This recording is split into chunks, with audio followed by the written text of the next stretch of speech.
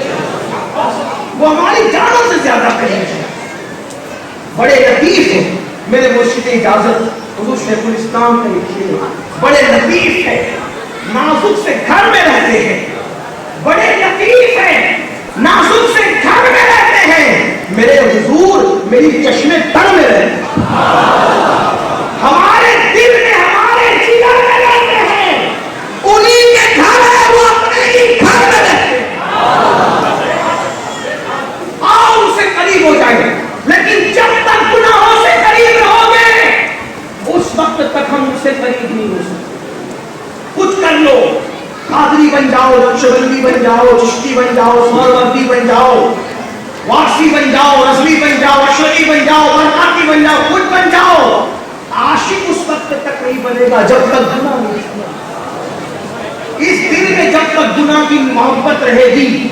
ارے پاخانہ اتنا گندا نہیں جتنا گناہ گندا ہے, کیونکہ پاخانہ چکمٹھی پانی سے دھلا جا سکتا ہے, یہ گناہ 7 سمندروں کے پانی سے بھی دھلا نہیں جا سکتا. اب یہ محترم چاہے وہ عالم دین اگر یہاں پاخانہ ہو تو کیا یہاں بیٹھیں گے, بیٹھیں گے, یا تم بٹھاؤ گے سموں کا والو, تم خود بٹھاؤ گے. ارے تم پہ ایسی علماء کی قدردان ہو, اساتذہ کی قدردان ہو.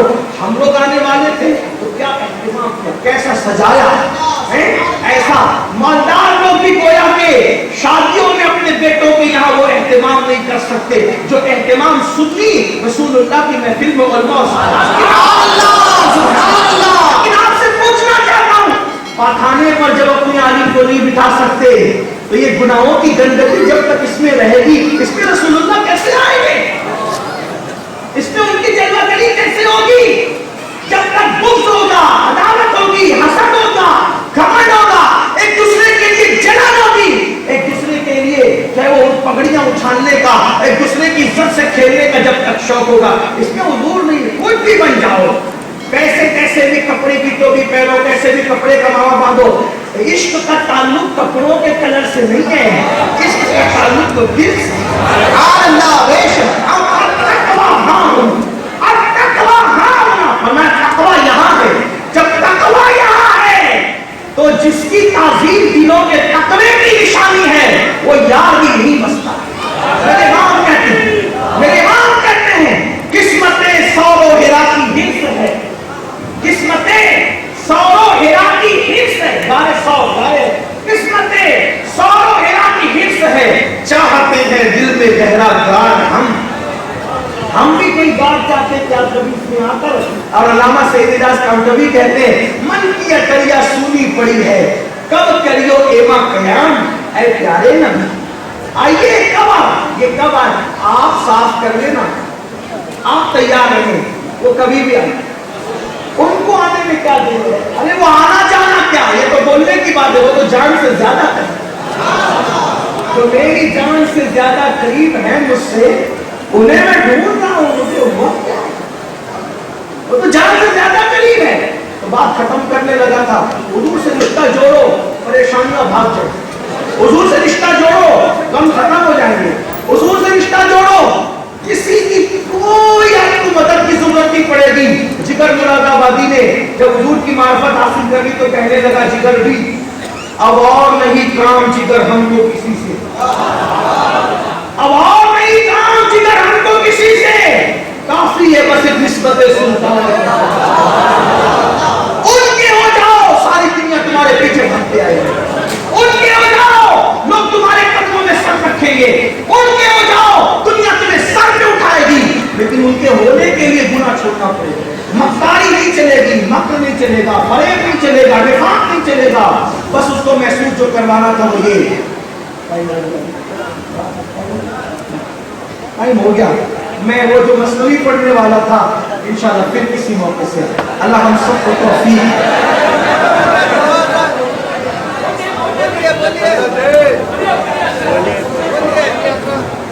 ایک بار دوشیر پڑھنے بات کی,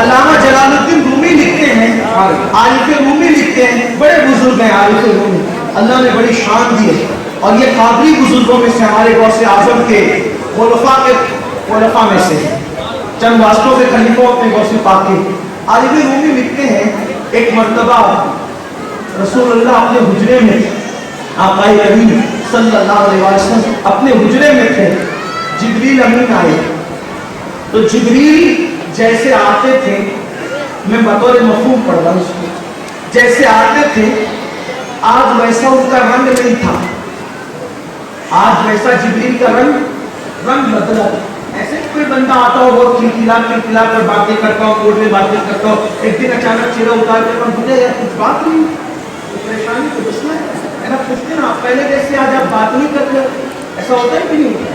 تو جبریل امین کبھی پہلے جیسے رنگ نہ تھا، تو جبریل سے حضور نے پوچھا جبریل تم آج آئے ہو لیکن آج تمہارے چہرے پہ کوئی تبسم نہیں، وہ خوشی کا جو ماحول چہرے پہ ہوتا تھا وہ نہیں، کیا بات ہے جبریل؟ تو جبریل امین عرض کرتے ہیں یا رسول اللہ صلی اللہ علیہ وسلم، آج جب میں آپ کی بارگاہ میں آ رہا تھا تو اللہ نے مجھ سے یہ فرمایا کہ جبریل جب تم محبوب کے پاس جانا تو محبوب کے پاس جانے سے پہلے ذرا جہنم کو دیکھنا، جہنم کا مشاہدہ کرنا۔ جبریل امین کہتے ہیں یا رسول اللہ جب میں نے جہنم میں جھانکا تو میں نے نوح علیہ السلام کی قوم کو، موسیٰ علیہ السلام کی قوم کو، ابراہیم علیہ السلام کی قوم کو، ہر سارے نبیوں کا نام بھی آخری میں عیسیٰ علیہ السلام کی قوم کو میں نے جہنم کے اندر دیکھا۔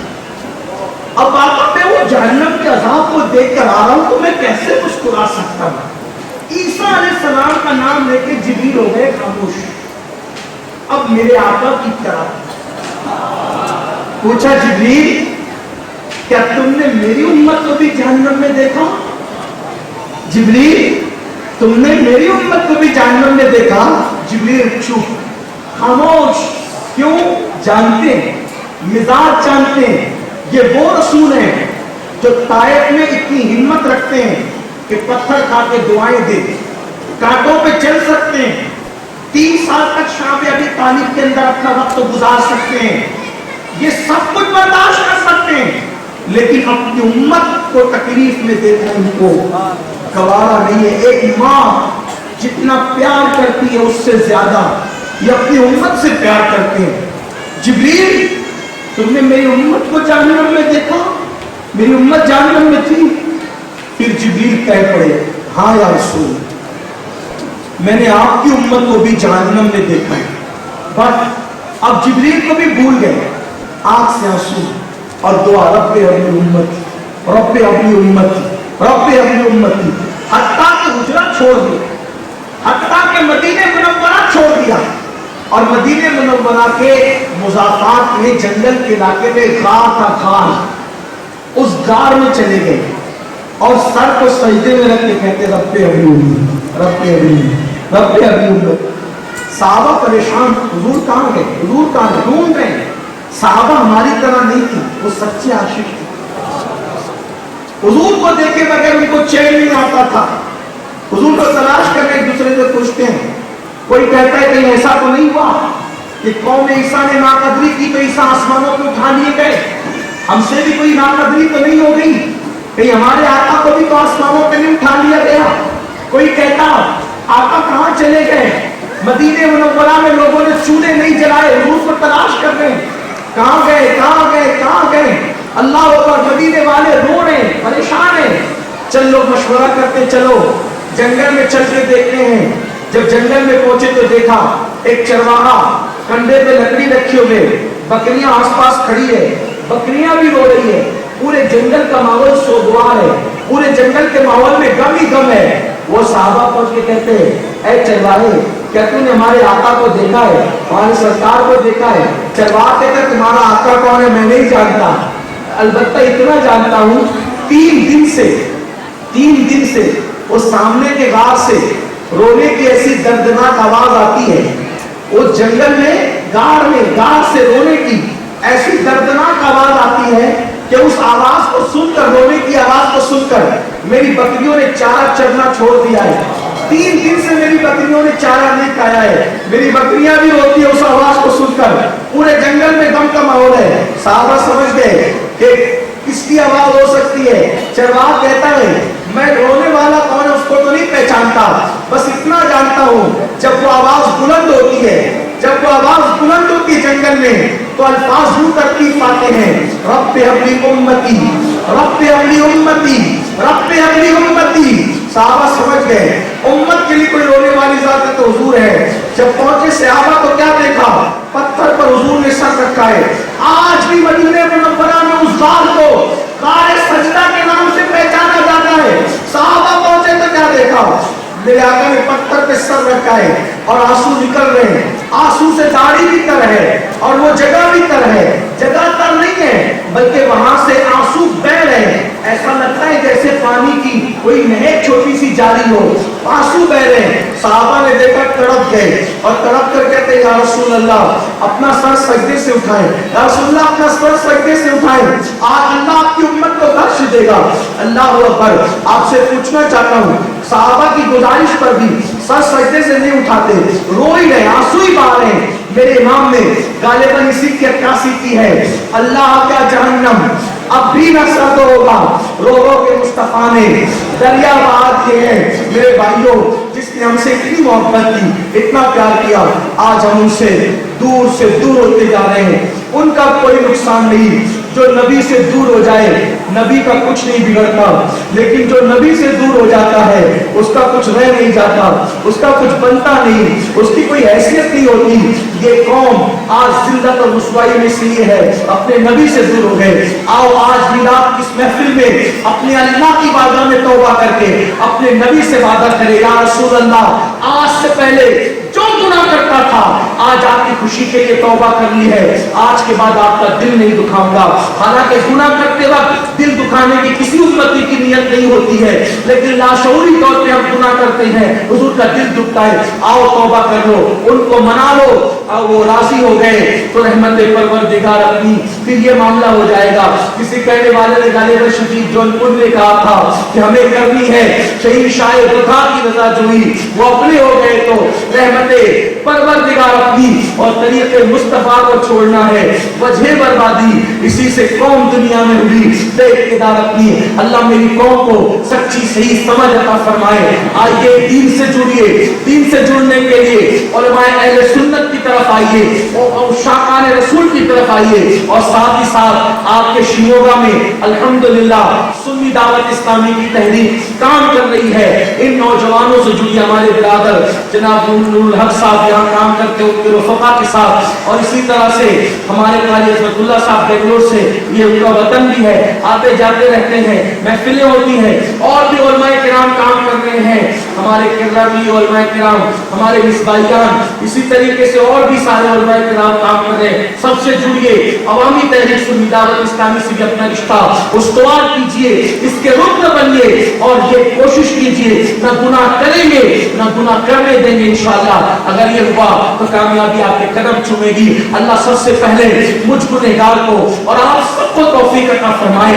اللہ ہمیں سوزے دل عطا کرے، درد دل عطا کرے، عشق رسول عطا کرے، ہمیں اور ہماری نسل و قیامت تک رسول پاک کی وفا نصیب فرمائے، آل رسول کی وفا نصیب فرمائے۔ گفتگو کے درمیان کوئی غلطی ہو تو اللہ معاف فرمائے۔ استغفر اللہ ربی من کل ذنب و اتوب الیہ۔ السلام علیکم ورحمۃ اللہ وبرکاتہ۔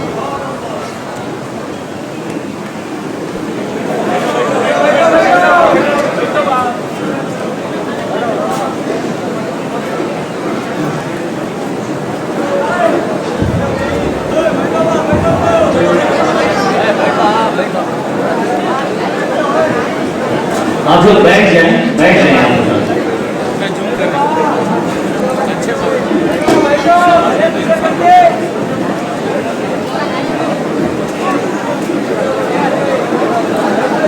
آپ سے میری گزارش ہے کہ ہماری جماعت